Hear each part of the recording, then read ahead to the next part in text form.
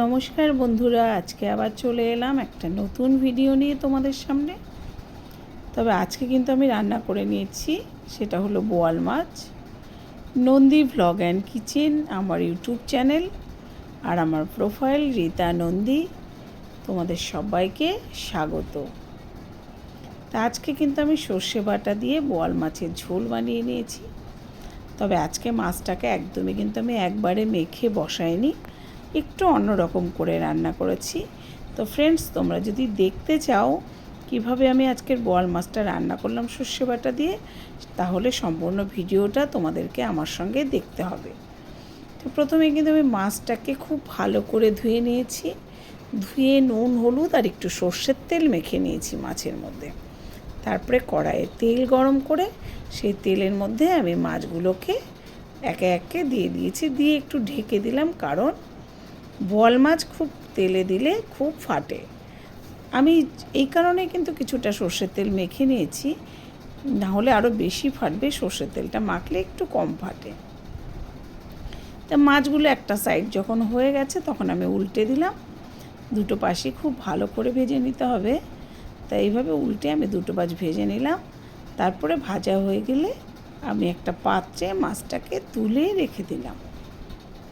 এবারে এই তেলের মধ্যে বাকি যে আর মাছ কয়েকটা ছিল সেগুলোকে সে একইভাবেই দিয়ে দিলাম। দিয়ে কিন্তু আমি একইভাবে এই মাছগুলোকেও আবার ঢেকে ভেজে নেব।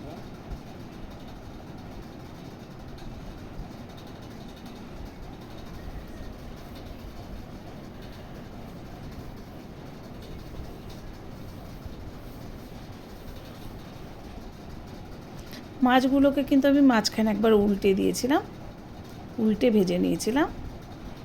তারপরে আমি সব মাছগুলোকে তুলে নিলাম। এবারে এই তেলের মধ্যে আমি ফোড়নে দিয়ে দিলাম কালো জিরে, আর দিয়ে দিলাম কিছুটা পেঁয়াজ কুচি। এখানে দুটো বড় সাইজের পেঁয়াজ আছে। পেঁয়াজটাকে আমি একটু লাল লাল করে ভেজেই নেব।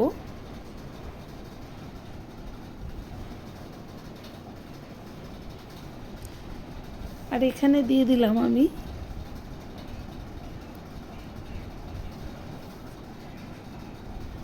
সর্ষের পেস্টের মধ্যে কাঁচা লঙ্কা দেওয়া ছিল আর নুন দেওয়া ছিল।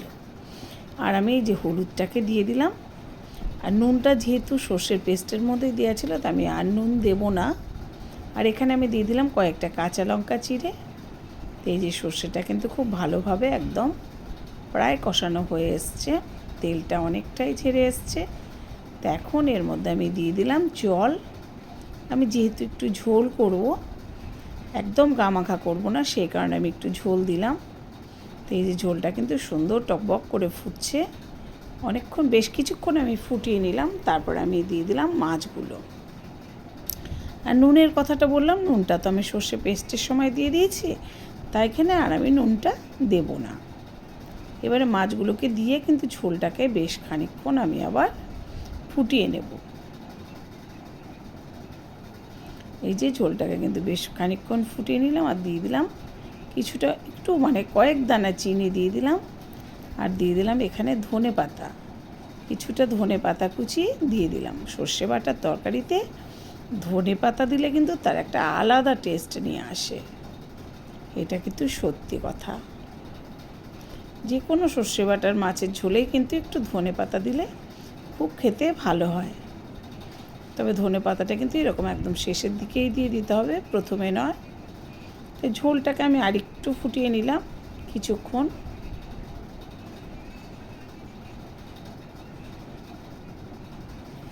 এই যে ঝোলটা কিন্তু অনেকটাই হয়ে এসছে, এবার নামিয়ে নেবার পালা। তা তেলটাও ছেড়ে এসছে ঝোল দিয়ে। এই যে আমি নামিয়ে নিলাম একটা পাত্রে।